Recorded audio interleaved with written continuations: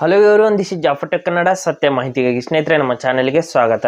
ಸ್ನೇಹಿತರೆ, ನಾವು YouTube ಶಾರ್ಟ್ಸ್ನಲ್ಲಿ upload ಮಾಡಿರುವಂಥ ಡೇಟನ್ನು ಯಾವ ರೀತಿ ನೋಡೋದು ಅಂತ ಚರ್ಚೆ ಮಾಡೋಣ. ಅಂದರೆ ನಾವು ನೋಡ್ತಿರುವಂಥ ಒಂದು ಶಾರ್ಟ್ಸ್ ಅಥವಾ ಶಾರ್ಟ್ ವಿಡಿಯೋ ಏನಿರುತ್ತೆ ಅದು ಎಷ್ಟು ದಿನದ ಹಿಂದಿನ ವಿಡಿಯೋ ಅಂತ ನಾವು ನೋಡೋದು ಹೇಗೆ, ಅಥವಾ ತುಂಬ ಹಳೆಯ ವಿಡಿಯೋ ಇದೆಯಾ ಅಥವಾ ರೀಸೆಂಟಾಗಿ ಅಪ್ಲೋಡ್ ಆಗಿರುವಂಥ ವಿಡಿಯೋ ಇದೆಯಾ ಅಂತ ಯಾವ ರೀತಿ ನಾವು ಚೆಕ್ ಮಾಡೋದು ಅಂತ ನಾವು ಇವತ್ತು ಚರ್ಚೆ ಮಾಡೋಣ.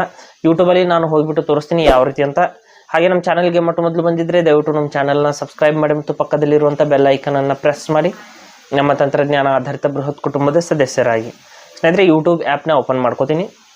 ಮಾಡಿದ ನಂತರದಲ್ಲಿ ಯಾವುದಾದ್ರೂ ಒಂದು ಶಾರ್ಟ್ ವಿಡಿಯೋನ ಪ್ಲೇ ಮಾಡಿಬಿಟ್ಟು ನಿಮಗೆ ತೋರಿಸ್ತೀನಿ.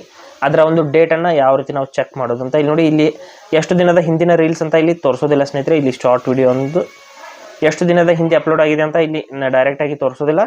ಅದನ್ನು ನೋಡ್ಬೇಕಂದ್ರೆ ಮೇಲ್ಗಡೆ ಇಲ್ಲಿ 3 ಡಾಟ್ಸ್ ಮೇಲೆ ಕ್ಲಿಕ್ ಮಾಡ್ಕೊಳ್ಳಿ. ರೀಲ್ಸ್ನ ಓಪನ್ ಮಾಡಿದ ನಂತರದಲ್ಲಿ ಇಲ್ಲಿ 3 ಡಾಟ್ಸ್ ಮೇಲೆ ಕ್ಲಿಕ್ ಮಾಡಿದ ನಂತರದಲ್ಲಿ ಇಲ್ಲಿ ಡಿಸ್ಕ್ರಿಪ್ಷನ್ ಅಂತ ಒಂದು ಆಪ್ಷನ್ ಇರುತ್ತೆ. ಡಿಸ್ಕ್ರಿಪ್ಷನ್ ಮೇಲೆ ಕ್ಲಿಕ್ ಮಾಡ್ಕೊಳ್ಳಿ. ಡಿಸ್ಕ್ರಿಪ್ಷನ್ ಮೇಲೆ ಕ್ಲಿಕ್ ಮಾಡಿದ ನಂತರದಲ್ಲಿ ಇಲ್ಲಿ ನೋಡ್ಬೋದು ನವೆಂಬರ್ 18 ಇದು ಅಪ್ಲೋಡ್ ಆಗಿರುವಂಥ ಡೇಟು.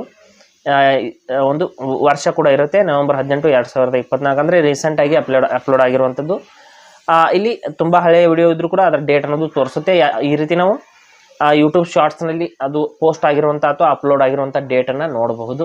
ಹಾಗೆ ಸ್ನೇಹಿತರೆ, ಕೊಟ್ಟರು ಮಾಹಿತಿ ಸಂಪೂರ್ಣ ಮತ್ತು ನಿರೂಪಣೆ ಮಾಡಿದ ಶೈಲಿ ಉತ್ತಮ ಅಂತ ಅನಿಸಿದರೆ ವಿಡಿಯೋನ ಲೈಕ್ ಮಾಡಿ ಮತ್ತು ನಿಮ್ಮ ಸ್ನೇಹಿತರಿಗೂ ಕೂಡ ಶೇರ್ ಮಾಡಿ. ಹಾಗೆ ಇದ್ರ ಬಗ್ಗೆ ಸಮಸ್ಯೆಗಳು, ಡೌಟ್ಗಳಿದ್ದರೆ ಕಮೆಂಟಲ್ಲಿ ಅವಶ್ಯವಾಗಿ ತಿಳಿಸಿ. ಮುಂದಿನ ವಿಡಿಯೋದಲ್ಲಿ ಮತ್ತೊಂದು ಹೊಸ ವಿಷಯದೊಂದಿಗೆ ಇದೇ ರೀತಿ ಮುಂದೆ ಬರ್ತೀವಿ. ಎಲ್ಲರಿಗೂ ಟೇಕ್ ಕೇರ್.